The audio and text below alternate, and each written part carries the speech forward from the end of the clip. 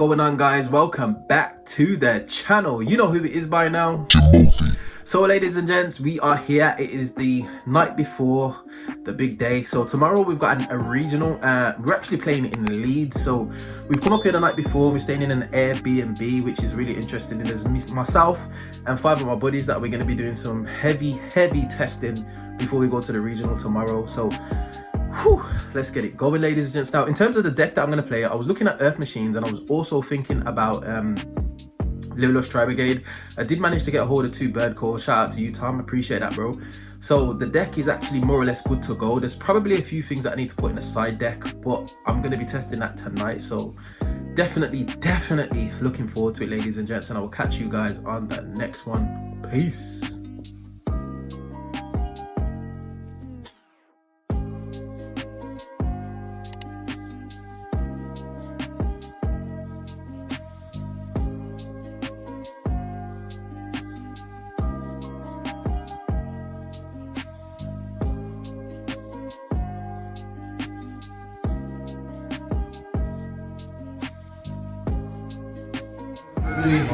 One of them's going to be me, motherfuckers.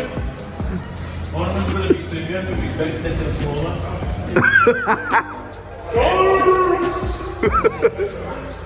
You don't want to kill you,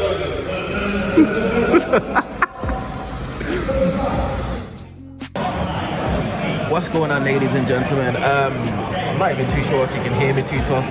So basically, I am at the regional. It is after round 1, and we're still waiting to see what's happening for round 2.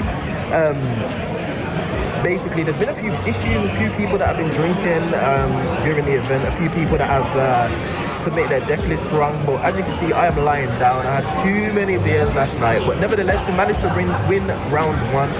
As always, I will give you guys a full deck report and tournament report at the end of the video. So definitely see you guys on the next one. Peace.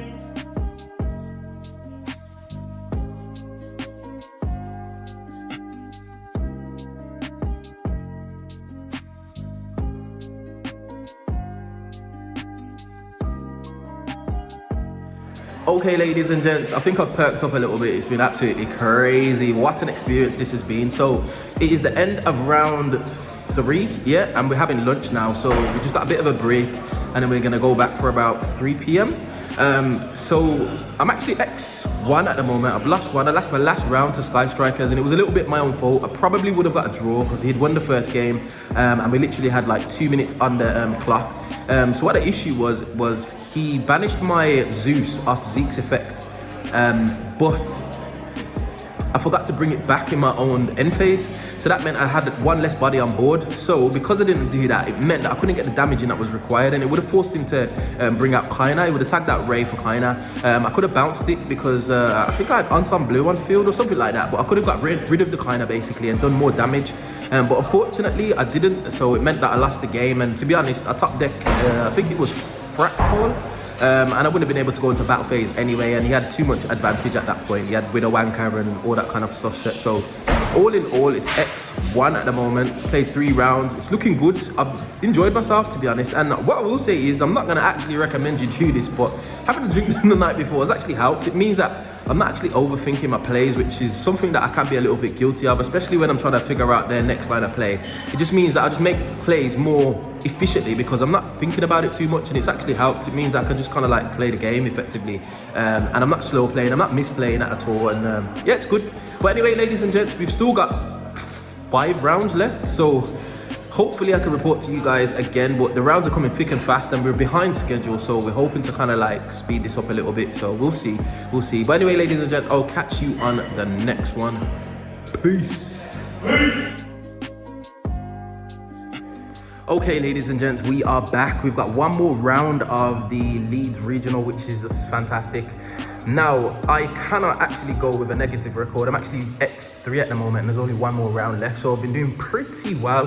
A few games that I've lost, I still think I could have did a little bit more, but sometimes it is what it is. When I bricked, there was nothing I could do about it, so Yeah, it's going quite well. It's been a long day and I'm tired, I'm drained. I could do with a coffee and just, you know, all that kind of stuff. But nevertheless, we've got one more round left. I think one of the guys from Birmingham that I know was actually really close to even taking the whole event.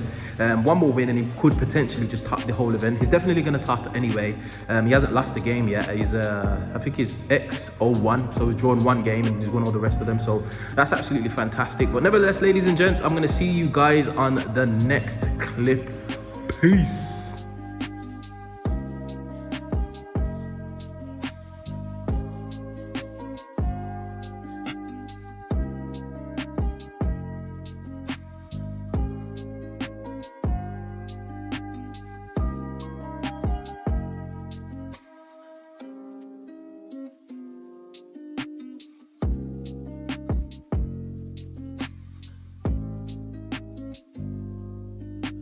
So ladies and gents, I've had to record this at home after the event. Just my final tournament report basically. I will have a list of my matchups and my wins and losses up right here in the corner for you guys, but I just wanted to talk about a couple of my matchups that I had. A few of the times that I lost was actually down to me. Like I mentioned previously, I lost to the Sky Striker player because I didn't special summon Zeke back onto the field. There was a couple of times when I built a board and I kind of like misplayed by using my Nerval effect or using my Nerval as my normal summon, which I shouldn't have done that. I should have either used my kit or obviously used my Keras, because you can go through a whole turn without actually using your normal summon. But nevertheless, what I will say is triple tactics talents just super overperformed, but then at times underperformed. When it basically resolved, it means I just win the game. Especially with this deck, it just snowballs out of control. And once you've got hand knowledge and you've taken a key combo piece or something that could potentially stop your turn, it just turns into just a crazy snowball advantage game, and you just literally out resource your opponent. I played basically more or less meta throughout all of my games, and I think I played against a couple of Shadow Invoke players, and the amount of resources I had compared to what they did was just absolutely crazy. I just kept going basically. There was a few times that I played in a mirror match. The mirror match was just, oh mate, the last mirror match that I had, I think it was the last round of the tournament. I played a Tri-Brigade player and he actually said to me after we'd finished that he'd played 7 mirror matches, which is just, I couldn't even believe it. He'd put his head on the desk at the end of the match and he just was like, I'm done, I can't do it no more, which was crazy. But I basically resolved talent on his turn. I had Dark Ruler talent, and I also had Sapphire Swallow, as well as another Lyrillus name in my hand. And it was just, I just literally Dark Ruled his board, took his Apex Avian, summoned my Sapphire Swallow, linked off his Apex Avian, beat over a couple of his monsters, and I think I banished a monster through Shirag. It was just, and then his board was just absolutely clear, and then he top decked Turquoise Warbler for turn, and then obviously negated that with Apex Avian, and it was out of resources. It was beautiful. It was like poetry in motion. But nevertheless, ladies and gents, what I wanted to really say was that it was a marked improvement from the last regional that I went to, where I basically scrubbed out playing Harpy Tri-Brigade. So to be able to basically turn it around and do something a little bit more impactful was really good on my part. And it was good to play against some competitive players that have obviously traveled from various parts of the UK to be able to come and play in it. It's 256 participants, and I managed to rank 51st out of all of those, which was just fantastic. Again, it's something that is just encouraging me to definitely attend a few more regionals and to be able to try and compete at the highest level, which is always a good thing. And it kind of warrants my deck choices and my deck building and my reasons behind some of my play, because it doesn't really get much higher than that in terms of like just accessible, like high level competitive play than a regional.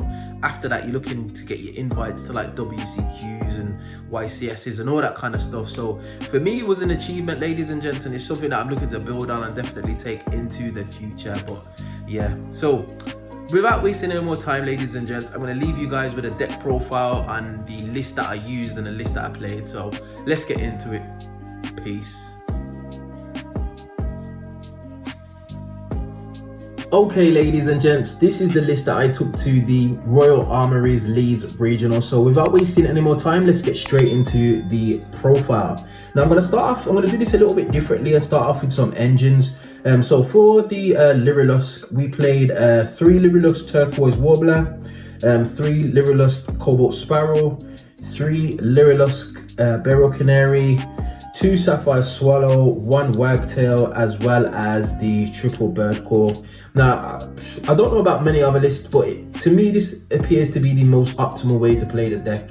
Mainly because you want to see your Lyrilusks. These are the things that kind of like pushes your deck over the edge. They do so much without a normal summon, and they plus you so, it's crazy how much they plus you. So to me, I wanted to see a higher count of the Lyrilusk monsters. I wanted to see these in preference over the Tri-Brigade stuff. So hence why I'm playing a lot of 3-ofs. You can actually bump this up a little bit more and actually run Desires in the list, which is something that I'm not running because I'm not really a big fan of Desires, to be honest. Yes, it's a +2, but the amount of time I've Desires into Desires, it just hasn't been too good. So yeah. So that's it for the Lyrilusk monsters. For the Tri-Brigade stuff, we played Fractor, Fractor, as well as triple Tri-Brigade Nerval, as well as a Tri-Brigade Keras, as well as 1 Tri-Brigade kit. Pretty standard, pretty self-explanatory. Tri-Brigades do Tri-Brigade things, so yeah. Then we had for our one-offs, which is highly searchable. This is your Simorgh Link target, your Miss Valley Apex Avian. Obviously, it's your Omninegate, and then your searchable interruption through DD Crow. Again, very, very strong card, especially with DPE in the format. It took care of a lot of problems, and my opponent, because you do so much searching, they actually forget that you searched this. So a lot of the time they were firing off Fusion Destiny and popping a couple of cards, and then I was just like, all right, DD Crow, and then they were like, oh, okay, that's the end of my DPE. So yeah. And then next up, the card that kind of overperformed but then underperformed at the same time, Triple Tactics Talent. When this resolves, you literally win the game, ladies and gents. It's that simple, especially in this deck specifically. I used to love it when I had this in hand and my opponent would hand trap me early with like an Ash Blossom or something like that. I'd be like, yes, right, let's look at your hand and let's just take away something that's just going to ruin my day, or let's take away a combo piece that's just going to stop you from being able to make the most optimal play. So very, very strong card, something that I would advocate for in this deck. It kind of like pushes it over the edge, to be honest. I also ran double Lightning Storm. I would have ran 3, but I only owned 2. But however, it actually paid dividends because I was actually running Cosmic Cyclone as just my out to like Mystic Mine or Imperial Order. I didn't really get ordered this tournament, so it was nice to see the Cosmic Cyclone just in the deck. I have got the other 2 in the side deck, which is something that I'll show you, but it was just nice to have something that could respond to like your opponent flipping Mystic Mine or flipping Imperial Order on you. So yeah. And then next for the power one of something that a lot of the people that I was staying with kind of like tried to dissuade me from doing. 1 Wing Recruital, 1 Core by the Grave, and 1 1-for-1. Core by the Grave, 1 from self-explanatory. Wing Recruital, every time I send this card, it resolved. So you pay 600 life points. If you've got 2 Wing Beast monsters with different names, you draw 2 cards. It's as simple as that, ladies and gents. And in this deck, with the amount of Lyrilusk monsters names that we play, it was just so easy to resolve it. It's crazy. It's also a very easy side out target, so it's quite flexible in that sense, because you always know, right, game 2 I'm definitely taking out Wing Recruital, because obviously if I'm going second or for whatever reason, this is the card that you take out. But if you see it first in your first turn play, it just occurs you so much advantage. It doesn't lock you into anything. There's no restriction apart from pay 600 life points, which I think is a joke, to be honest. So definitely running that again. I probably wouldn't bump it up to 2, but I feel like 1 suffice. For the traps, we just play triple infinite impermanence. Nothing needs to be said about that. Nice and simple. And then for the extra deck monsters, so the Lyrilusk, we have 2 Recital Starling, 1 Ensemble Blue, and 1 Lyrilusk Assembled Nightingale. Ensemble Blue is probably the MVP. I bounced 4 special summon monsters in 1 turn. It was absolutely crazy. The person just couldn't play. It was crazy, and when you're backing it up with Miss Valley Apex Avian, it just becomes so difficult to get rid of. You literally have to force your opponent's battle phase, which ensures that you survive, and it can sometimes ensure that your Simorgh link survives, because obviously the Simorgh link normally doesn't necessarily need to point to it, but it just stops your Simorgh link from getting beaten over. So this is what I prioritize going first. Assembled Nightingale is what I prioritize going second, and then obviously your Recital Styling is part of your first turn combo. So yeah, simple as that. And then we had the Utopic Future Draco package, as well as Divine Arsenal AA Zeus. Nothing needs to be said about those. And then for the links, we ran one Salamangreat Almirage, one Ferrigit the Baron Blossom. I wish I had another one of these. I actually put in Wind the Wind Charmer, and I didn't actually summon it once, so that was a wasted flexible spot, to be honest. It could have just been another Ferrigit. You don't always need the other Ferrigit, but sometimes it can come up, and I'd rather have that in as a bit of utility instead of just having a Wind Charmer, which was situational at best. So yeah. Then we had one Double Dragon Lords. This was always my go in second play, and a lot of players prioritize this on your first turn board, but I was actually using it to go second. You can actually send him south as cost, which is something that I learned to do because it kind of dodged a few targeted negations. The MVP of the day, ladies and gents. Oh my days, this card is crazy. Your opponent needs to prioritize this. I'm not even gonna lie. Whether you attack over it, or whether you droplets it or whatever, and you need to get rid of Simorgh. This sat on field in one of my matches for about 3 or 4 turns, and I completely out-resourced my opponent. It was just ridiculous. Yeah, Simorgh, Bird of Sovereignty, definitely a powerful card. And then we ran 2 Shirag. Sometimes you can combo off and use your Shirag in your first turn and get in nets your search when it hits the graveyard. But most of the time I was just using it offensively, to be honest. And like I said, I played a little bit more conservatively than your average bird up player. I didn't make crazy boards, but I made conservative boards with lots and lots of follow-up. So it meant that if they couldn't out my board, I was just too far ahead in game card advantage. But if they could out my board, I had sufficient materials to be able to combo off and still have a turn 3 basically. And then we have one Appaloosa Bow of the Goddess. I didn't actually summon this, to be honest, but it was a nice option. This could have potentially been Access Code Talker, but like I said, you just out-resource your opponent. Your opponent literally can't play the game, so Appaloosa is a nice little option just in case your board gets broken and you're down on extra deck resources. So yeah. And then for the side decks, ladies and gents, real simple. We had the other 2 Cosmic Cyclones, say no more. We had one Imperial Order. I sided this against Sky Strikers, but I didn't manage to see it, so yeah, it is what it is. We had the Triple Dart Ruler no more. I did have this in the main at one point, but I decided to switch it out and put it in the side, and that actually paid off because I was drawing it when I was testing too many times in my opening hand, and it was just a dead card, obviously, if you're going first. So I took it out, put it in the side, and actually proved to be a game winner. It won me my last game, to be honest. I Dark Ruled his field, took his Apex Avian and proceeded to combo off there. Triple evenly matched just for those back row. I didn't really play any back row strategies. I played more or less meta, but this is a blowout, to be honest. I did have it on field in one of the games and I set it as a bit of a bluff, just in case my board got cleared. So triple evenly matched. We also had the Triple Rock. This got sided in quite a few times, even though I did not see it, but nevertheless, a very, very strong blowout card, and yeah, speaks for itself. And then finally, we had the Triple Harpy's Featherstorm. When I played one of the mirror matches, my last match actually, Harpy's Featherstormed me twice in one game, like consecutive turns, which was absolutely silly. But it meant that his hand wasn't the strongest. But when you draw this and you've got a combo, you literally win the game, ladies and gents. You could even potentially main deck this if you really wanted to and put the Harpy Link 2 in and to be able to play it from your hand, but nevertheless a super duper strong card, probably ban worthy, to be honest.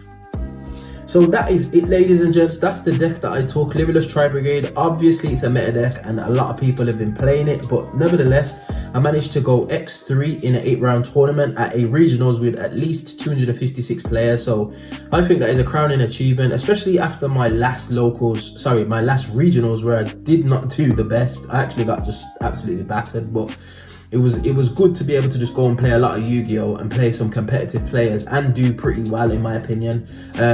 So definitely get at me in the comment section below with your thoughts and feelings on the deck, how it performed, anything that you want to know about the whole event. It was a really good event. Loads and loads of players, probably the largest event that's actually held in the UK, well, one of them anyway, because almost 300 players is quite a lot of Yu-Gi-Oh players, to be honest. But yes, ladies and gents, we find ourselves at the end of another video. As always, if you do like this content, you know what to do by now. Hit that like button, share, subscribe, all of that beautiful good stuff, and I will definitely see you guys on the next video. Hope you enjoyed. Peace.